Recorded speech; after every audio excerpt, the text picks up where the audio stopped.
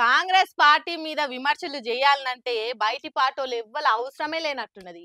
బయటోళ్ళు ఎవరు మా పార్టీని అనేది మేమే అనుకుంటాం అన్నట్టు సొంత పార్టీ లీడర్లు పార్టీ పతార గంగల కలుపుతున్నారు.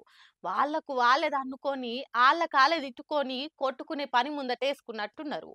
ఎందుకు ఇట్లా మాట్లాడుతున్నది ఈ పిల్ల అనుకుంటున్నారా? ఇగో ఈ సార్ను చూస్తుంటే గట్లనే అనిపిస్తున్నది నాకైతే.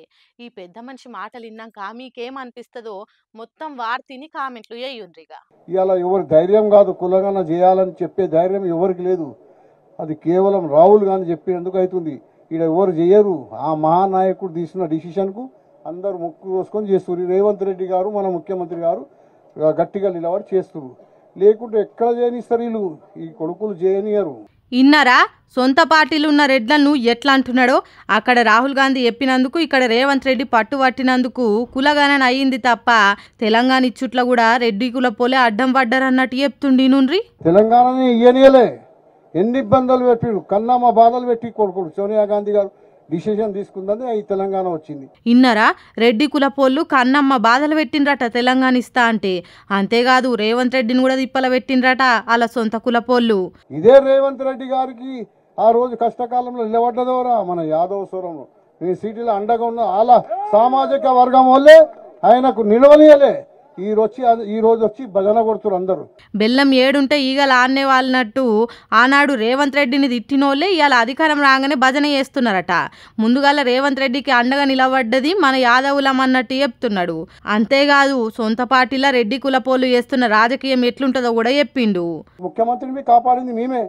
వాళ్ళ సామాజికంలో కన్నమ్మ బాధలు పెట్టిరు. ఒకటి జగ్గారెడ్డి ఒక దిక్కు, ఉత్తమ్ కుమార్ ఒక దిక్కు చెప్పింది. కుల్ల చెప్తున్నా నేను స్టేట్ ఫార్వర్డ్. ఇన్నరా ఆనాడు పొట్టు పొట్టు తిట్టినోలే ఇవాళ దగ్గరైనరు. వాళ్ళే మంచి మనుషులు అయినరు.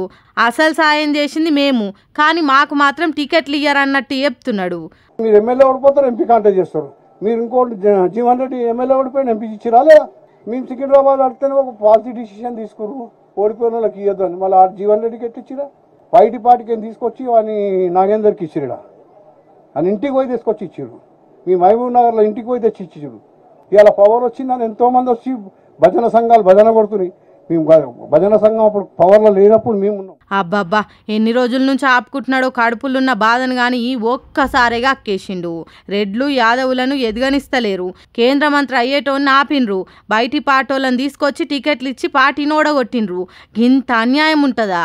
సొంత పార్టీలు ఉన్న రెడ్లే ఇట్లా చేస్తే ఎట్లా అన్నట్టు కడుపులున్నదంతగా అక్కిండు. కావచ్చు అంజన్ యాదవ్ చెప్పే దాంట్లో నిజం ఉన్నది కావచ్చు, కానీ ఒకరిద్దరు చేసిన దానికి కులం మొత్తాన్ని అంటే ఎట్లా? నేను సపోర్ట్ చేసిన అంటున్న రేవంత్ రెడ్డిది కూడా అదే కులం కదా.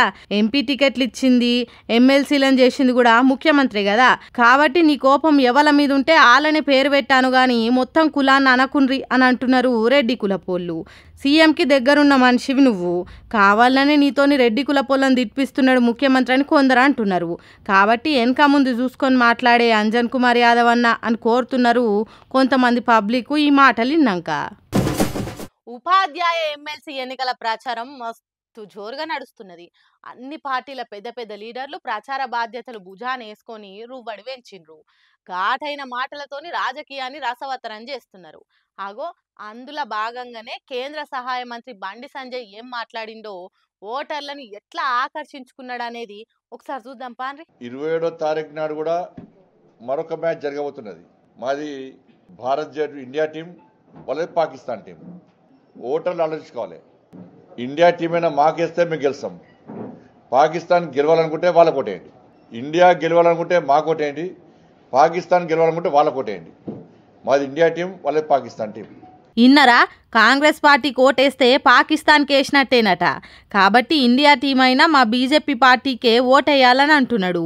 అవును బండి సంజయ్ అన్న, పాకిస్తాన్ దేశపోలు మన దేశంలో పార్టీ పెట్టి ఎన్నికలలో పోటీకి దిగే ఛాన్స్ ఉన్నదంటారా? మరి కడమ పాటోలు పాకిస్తాన్ వాళ్ళు ఎట్లయితారు? అయినా పాకిస్తాన్కు మన దేశానికి పోటీ ఎక్కడున్నది? మన దేశం ప్రపంచంలోనే 5వ ఆర్థిక వ్యవస్థగా ఎదిగి ఇంకొద్ది సంవత్సరాలల్లా అమెరికా, చైనాల తర్వాత మన దేశమే అన్నట్టు డెవలప్ కాబోతున్నది. రక్షణ రంగంలా, టెక్నాలజీలా, తెలివితేటలల్లా పాకిస్తాన్ దేశానికి మనకు పొంతన్నే లేదు. మన దేశం రోజు రోజుకు ఎదిగిపోతున్నాం. అసోంటి మన దేశానికి అప్పులల్లా కూరుకొని పోయి తిండి గింజలకే తిప్పలయ్యే పాకిస్తాన్ దేశానికి ఎట్లా పోటీ పెడతావు బండి సంజయ్ అన్న? మీ పార్టీకి ఓటు పడాలనంటే ఇంకేదన్నా పోల్చి చెప్పుండ్రి, కానీ మొత్తానికే దివాలా తీసిన పాకిస్తాన్ కు మన దేశానికి పోటీ పెడితే ఎట్లా?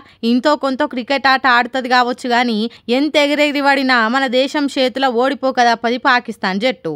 అసొంటి దేశం పేరు ఊకే దలుచుకునుడు మంచిది కాదు బండన్న.